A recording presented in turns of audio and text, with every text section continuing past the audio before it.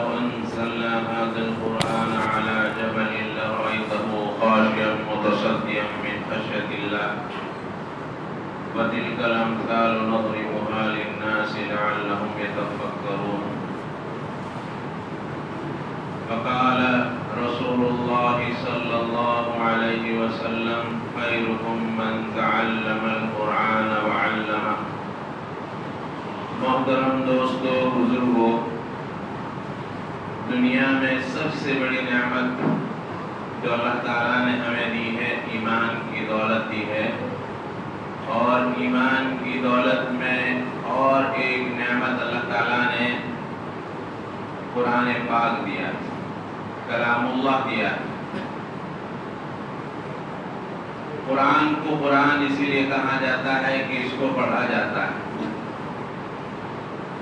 تو یہ قرآن پاک، اس کی ایک ایک صورت ایسی ہے جس کے ساتھ ہزاروں 5,000 فرشتے اس صورت کے ساتھ اترے ہیں. اللہ تعالیٰ نے اس قرآن پاک کو 23 سال کے اندر اتارا، تھوڑا تھوڑا. اور یہ قرآن پاک ہدی للناس ہے، لوگوں کی ہدایت ہے. یہ منشور ہے، ایک قانون ہے، دستور ہے. جیسے حکومتوں کا قانون ہوتا ہے، اس قانون کا نہ ماننا اس حکومت اور اس سلطنت کے بغاوت سمجھا جائے گا، خلاف سمجھا جائے گا جو اس کو نہ مانے. تو یہ قرآن پاک قیامت تک کے لیے انسانوں کی ہدایت کا ذریعہ ہے. دنیا کے انسان قوانین بناتے ہیں تو ان قوانین میں اونچ نیچ ہو جاتا ہے. کبھی وہ قانون دوسرے کا نقصان کرتا ہے، لیکن قرآن پاک یہ ایسی دولت ہے کہ اس میں کسی کا نقصان نہیں، بلکہ سراسر سب کا نفع اور فائدہ ہی فائدہ ہے. تو جس قرآن پاک کو اللہ تبارک و تعالیٰ نے سب سے پہلے وحی غار حرا میں اللہ تعالیٰ نے اتاری، ہمارے پیارے محمد صلی اللہ علیہ وسلم جو سارے انسانوں کے نبی ہیں اور ہمارے بھی نبی. اقرأ بسم ربک الذی خلق، پڑھیے آپ اپنے اس رب کے نام سے جس نے پیدا کیا. حضرت جبرائیل علیہ السلام تشریف لائے. اللہ کے رسول صلی اللہ علیہ وسلم نبوت ظاہری طور پر ملنے کے بعد، ملنے سے پہلے غار حرا میں جن لوگوں نے حج پڑھی ہے، عمرہ میں گئے، ان کو پتہ ہے غار حرا کتنی دور اور کتنی اونچی کہ انسان اس اپنے دیکھے تو اس کا سر چکرا جاوے. اور نوکیلے پتھر، وہاں حضرت رسول اکرم صلی اللہ علیہ وسلم اللہ تعالیٰ سے راز و نیاز کی باتیں کرنے جاتے تھے، اور وہاں اپنا توشہ لے جاتے تھے چند دنوں کا، اور وہیں رہتے تھے اور قرآن اللہ تعالیٰ سے راز و نیاز کی باتیں کرتے تھے. تو سب سے وہی پہلے جو اتری قرآن پاک کی، جو قرآن پاک کی آیت ہے اقرأ بسم ربک الذی خلق، پڑھیے اپنے رب کے نام سے جس نے انسان کو پیدا کیا، سارے انسانوں کو، سارے مخلوقات کو، ساری کائنات کو پیدا کیا. پیارے رسول صلی اللہ علیہ وسلم نے فرمایا ما انا بقارئ، میں پڑھا ہوا نہیں ہوں. تو حضرت جبرائیل علیہ السلام جو سارے فرشتوں کے سردار ہیں، انہوں نے اللہ کے رسول صلی اللہ علیہ وسلم کو اپنے سینے سے لگایا اور کھینچا. پھر کہاں پڑھیے؟ تو اللہ کے رسول صلی اللہ علیہ وسلم نے فرمایا میں پڑھا ہوا نہیں ہوں. ایسے 3 مرتبہ کیا، پھر اللہ کے رسول نے پڑھ دیا. تو جب یہ قرآن پاک اترا اور جب گھر تشریف لائے، ماں حضرت خدیجہ رضی اللہ تعالیٰ عنہ سے اللہ کے رسول نے فرمایا زملونی زملونی، مجھے کپڑا اڑا دو، ٹھنڈی لگ رہی ہے. آدمی کو جب کوئی ایسی بات ہو جاتی ہے جو پہلے پہلے ہو تو ٹھنڈی چڑھ جاتی ہے. اللہ کے رسول صلی اللہ علیہ وسلم کو بھی ٹھنڈی چڑھی. اللہ کے رسول صلی اللہ علیہ وسلم کو حضرت خدیجہ نے کپڑے پہ سال اڑائی، چادر اڑائی، اور ان کو تسلی دی کہ آپ کو گھبرانے کی ضرورت نہیں ہے، آپ تو بڑے اچھے کام کرتے ہیں، آپ مصیبت زدہ کی مصیبت کو دور کرتے ہیں، تکلیف زدہ کی تکلیف کو دور کرتے ہیں، محتاجوں کی محتاجی دور کرتے ہیں اور صلہ رحمی کرتے ہیں۔ آپ کے ساتھ ایسا کوئی معاملہ نہیں ہو سکتا کہ کوئی جن بھوت نے آپ کو ستایا ہو۔ یہ بڑی اچھی کوئی پہل ہے جو آپ کے لیے اور پوری کائنات کے لیے خیر ہی خیر ہے۔ تو اللہ کے رسول صلی اللہ علیہ وسلم جب یہ پہلی وحی اتری تو ذرا ڈر گئے تھے، خوف محسوس کیا تھا۔ تو قرآن پاک ایسی دولت ہے جو اللہ تعالیٰ نے حضرت محمد صلی اللہ علیہ وسلم پر اتاری 23 سال کے عرصے کے اندر۔ جس قرآن پاک کی آیت کو میں نے پڑھا، اللہ تعالیٰ نے اس میں فرمایا لو انزلنا هذا القرآن، اگر ہم اس قرآن پاک کو کسی پہاڑ پر اتار دے، لَرَأَيْتَهُ خَاشِعًا مُتَصَدِّعًا مِنْ خَشْيَةِ اللَّهِ، تو آپ دیکھتے کہ قرآن پاک کے بوجھ کی وجہ سے یہ ٹکڑے ٹکڑے ہو جاتا، ریزے ریزے ہو جاتا۔ یہ قرآن پاک اتنی بڑی دولت ہے جو قرآن پاک ہم سب کو ملا ہے اور ہم سب کو پڑھنے کا حکم دیا ہے، جس کے دیکھنے کی طرف اللہ ثواب عطا فرماتے ہیں، جس کو پکڑنے پر اللہ ثواب عطا فرماتے ہیں، جس کے پڑھنے پر اللہ تعالیٰ ثواب عطا فرماتے ہیں کہ 10 نیکی ملتی ہے کہ ایک آدمی قرآن پاک کو پڑھتا ہے، اللہ تعالیٰ 10 نیکی عطا فرماتے ہیں۔ کسی قرآن پاک کو اگر نماز میں پڑھتا ہے تو اللہ تعالیٰ 1 نیکی پر 100 نیکی عطا فرماتے ہیں۔ اتنی بڑی دولت ہے۔ اور ایسے واقعات ہیں جس قرآن پاک کو آدمیوں نے فقط اس کی عظمت کی خاطر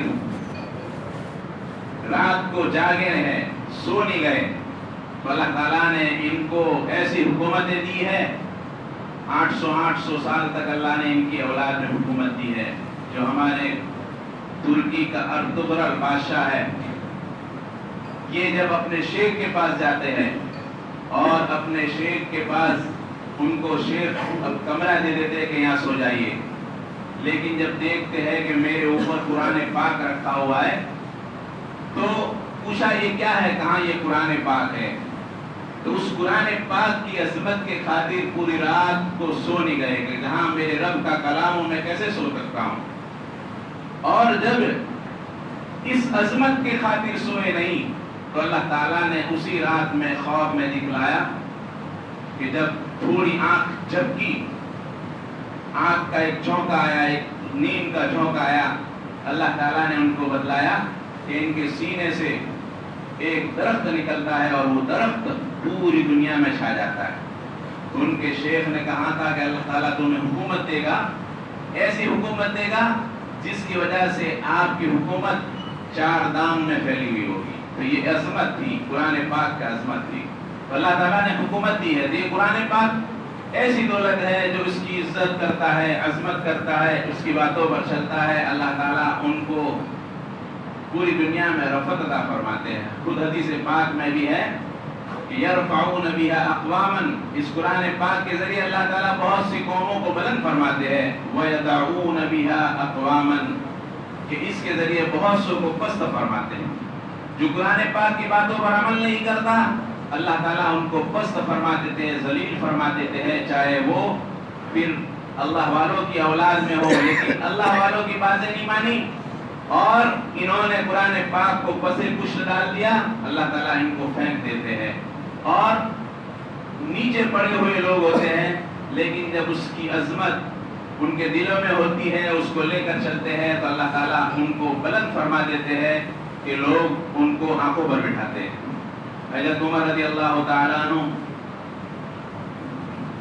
جن کو ان کے باپ یوں کہتے تھے اے عمر تجھے بکریاں چرانے نہیں آتا تو کیا کرے گا، تو ان کو اونٹ چرانے نہیں آتا تھا، تو یہ اونٹ چرانے جاتے تھے تو اونٹ آجو باجو ہو جاتے تھے، تو حضرت عمر کے والد ان کو یہ کہتے تھے، لیکن اللہ تعالیٰ نے ان کی بہن اور ان کے بہنوں قرآن پاک پڑھتے تھے اور پڑھنے کے بعد اس قرآن پاک کو سنا اور پھر ان کے دل نرم ہوا۔ اس سے پہلے اللہ کے رسول صلی اللہ علیہ وسلم نے ان کے لیے دعا فرمائی تھی، یا اللہ 2 شخصوں میں سے ایک شخص کے ذریعے ایمان کو قوت عطا فرما، ابو جہل کے ذریعے یا حضرت عمر کے ذریعے۔ اللہ نے حضرت عمر کے دل کو نرم فرما دیا اور اسی قرآن پاک کی وجہ سے یہ حضرت رسول پاک صلی اللہ علیہ وسلم کے دولت قدرے پر تشریف لائے اور ایمان والے ہوئے، اور اللہ تعالیٰ نے ان کا بہت بڑا مقام دیا، اتنا بڑا مقام دیا آج بھی ابھی میں نے کتاب میں پڑھا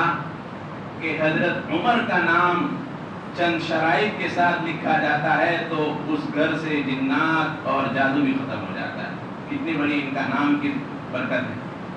ان کو کیسے عزت ملی؟ اسی قرآن پاک کے ذریعے ملی، جس قرآن پاک کو ہم نے چھوڑ رکھا ہے۔ ہمیں توفیق نہیں ہوتی کہ ہم قرآن پاک کو پڑھیں۔ ہمارا ہر شخص یوں سمجھتا ہے کہ قرآن پاک سیکھنا چاہیے، لیکن سیکھنے کے بعد اس پر عمل کرنا، اس کو پڑھنا کبھی کبھار نصیب ہو جاتا ہے۔ کبھی رمضان میں پڑھ لیا، کبھی صبح کو برکت کے لیے یاسین پڑھ لی، حالانکہ یہ برکت کے لیے نہیں، برکت تو ہے ہی، لیکن یہ اللہ کا کلام ہے۔ حضرت اکرمہ رضی اللہ تعالیٰ عنہ جو ابو جہل کے بیٹے ہیں، وہ فرماتے ہیں جب قرآن پاک کو سنتے تھے تو یوں کہتے تھے، روتے تھے کہ ہذا کلام ربی، ہذا کلام ربی، یہ میرے رب کا کلام ہے۔ آدمی کو کسی سے عشق ہو جاتا ہے، کسی کا میسج آتا ہے، اس میسج کو بار بار پڑھتا ہے، جس سے محبت ہوتی ہے۔ تو جس کو اللہ سے محبت ہوگی وہ کہے گا میرے رب کا کلام ہے، میرے رب کا کلام ہے، اس کو بار بار پڑھے گا۔ اور الحمدللہ ہم سب پڑھے ہوئے ہیں اس قرآن پاک کو۔ سب سے پہلا حق یہ ہے کہ اس کو پڑھا جائے۔ اس کو سال میں 3 مرتبہ ختم کرنا ہمارا حق ہوتا ہے، اگر نہیں کرے گا تو یہ قیامت کے دن اللہ تعالیٰ اس کی پکڑ فرمائیں گے۔ حضرت رسول پاک صلی اللہ علیہ وسلم خود فرمائیں گے کہ ان قوم اتخذوا هذا القرآن مہجورا، اے میرے رب میری قوم نے میرے قرآن کو چھوڑ دیا تھا۔ تو ہم کیا فیصلہ کر لیں، ہم خود حساب لگا لیں کہ ہم قرآن پاک کو پکڑنے والے ہیں یا قرآن پاک کو چھوڑنے والے ہیں۔ تو بھئی ہم کوشش کریں قرآن پاک کو پڑھیں، روزانہ کم سے کم 1 پارہ پڑھنا چاہیے، نہ پڑھ سکتے تو 1 رکوع تو پڑھنا چاہیے، اس کی تلاوت کرنی چاہیے، نہ آتا ہو تو جتنا وقت پڑھنے میں لگتا ہے اتنا سیکھنے میں لگے۔ آج تو ہمارے یہاں بہت سارے علماء ہیں جو ہمیں سکھانا چاہتے ہیں لیکن ہم سیکھنا نہیں چاہتے، اس کی کوشش